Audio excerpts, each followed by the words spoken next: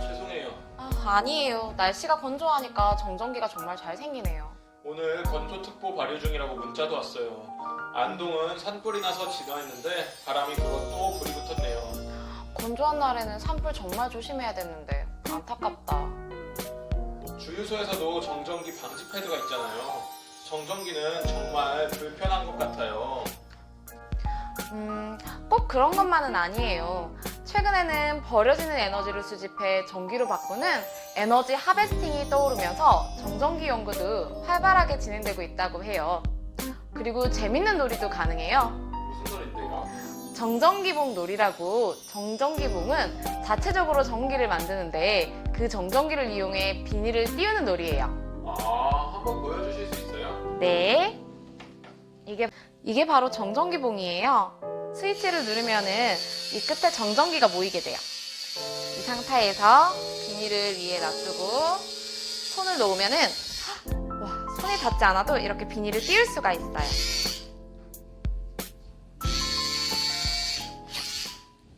정전기, 말 그대로 정지에 머물러 있는 전기 혹은 그에 의해 나타나는 현상을 의미합니다.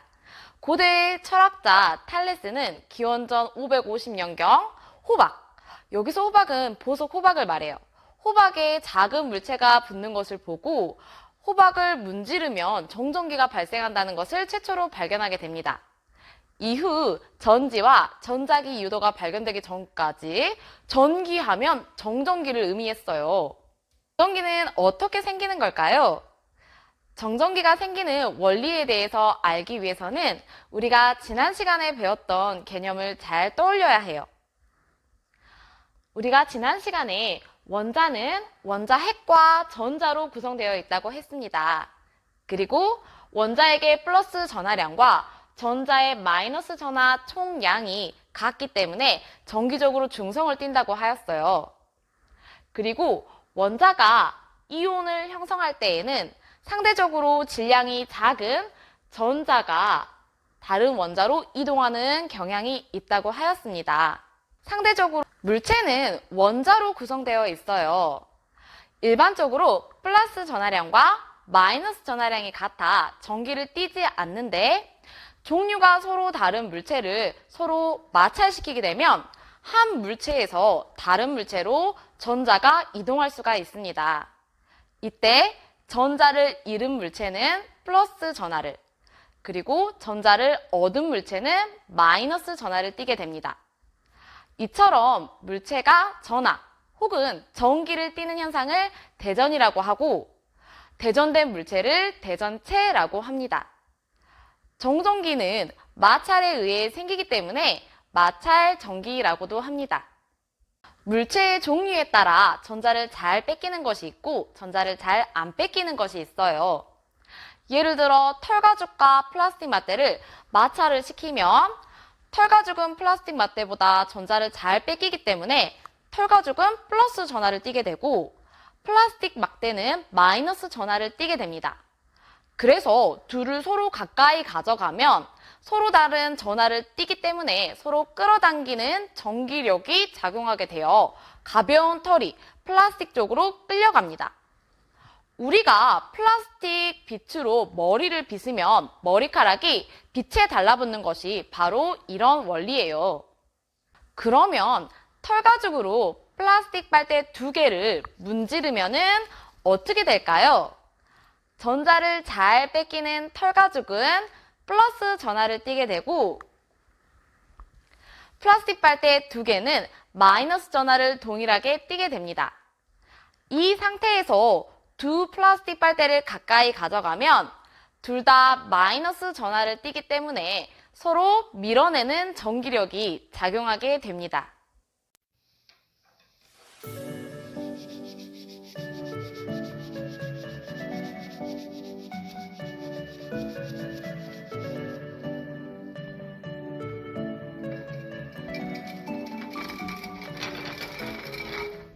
여러분, 이전 수업에서 우리 마찰 전기에 대해서 한번 배워봤죠? 마찰 전기는 어떻게 생기는 거였죠?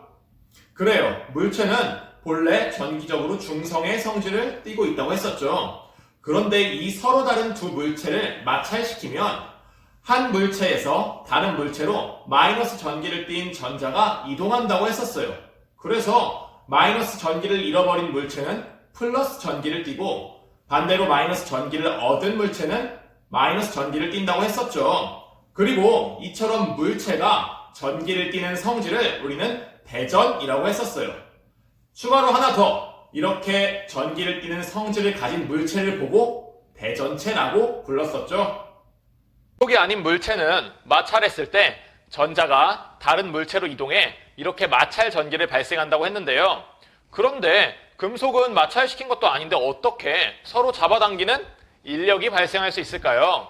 금속은 자유전자라 해서 전자가 하나의 원자핵에 속박된 것이 아니라 주변에 있는 금속 원자핵으로 자유롭게 이동할 수 있어요.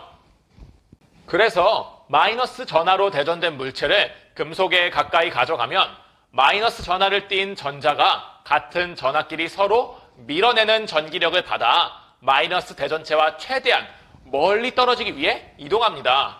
그럼 금속 내에서 마이너스 대전체에 가까운 쪽은 전자가 도망가고 거의 없어 플러스 전하의 양이 상대적으로 많기 때문에 플러스 전하를 띠고, 마이너스 대전체와 먼 쪽은 마이너스 전하의 양이 상대적으로 많아 마이너스 전하를 띠게 됩니다. 이렇게 전기를 띠지 않은 물체에 대전체를 가까이 하면 전자가 한쪽으로 이동하여 대전체와 가까운 쪽은 대전체와 다른 종류의 전하가 유도되고, 대전체와 먼 쪽은 대전체와 같은 종류의 전하가 유도되는 현상을 정전기 유도라고 합니다.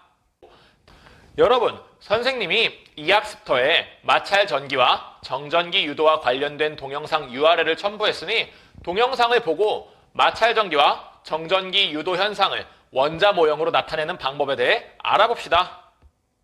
이 검전기는 방금 전에 우리가 배웠던 정전기 유도 현상을 이용하여 물체가 전하를 띠는지 띠지 않는지, 즉 대전 여부를 알아보는 실험 기구입니다.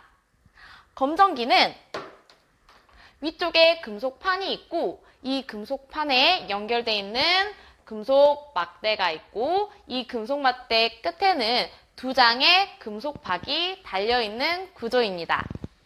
지금부터 검전기를 이용해 물체의 대전 여부를 확인하는 실험을 해보겠습니다. 지금부터 검전기를 이용해 물체의 대전 여부를 확인하는 실험을 해보겠습니다. 먼저 마찰하지 않는 플라스틱 막대를 검전기 금속판에 가까이 가져가 볼게요. 금속박에 아무런 변화가 없습니다. 이번에는 플라스틱 막대를 털가죽으로 마찰하여 마이너스 전기를 띠도록 대전을 시킵니다. 그리고 대전된 플라스틱 막대를 검전기의 금속판에 가까이 하고 금속박을 관찰합니다. 금속박이 벌어지는 모습을 볼 수 있습니다.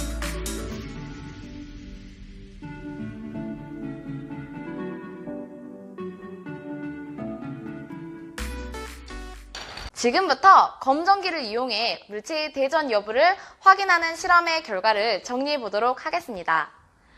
처음에 검전기의 상태는 금속판과 금속박 모두 플러스 전하량과 마이너스 전하량이 같은 중성인 상태입니다. 그렇기 때문에 금속박은 서로 벌어지지 않고 오므러져 있는 상태를 유지하고 마이너스 전하량이 있습니다. 이런 검전기에 마찰하기 전 플라스틱 막대를 가져가면 어떻게 될까요?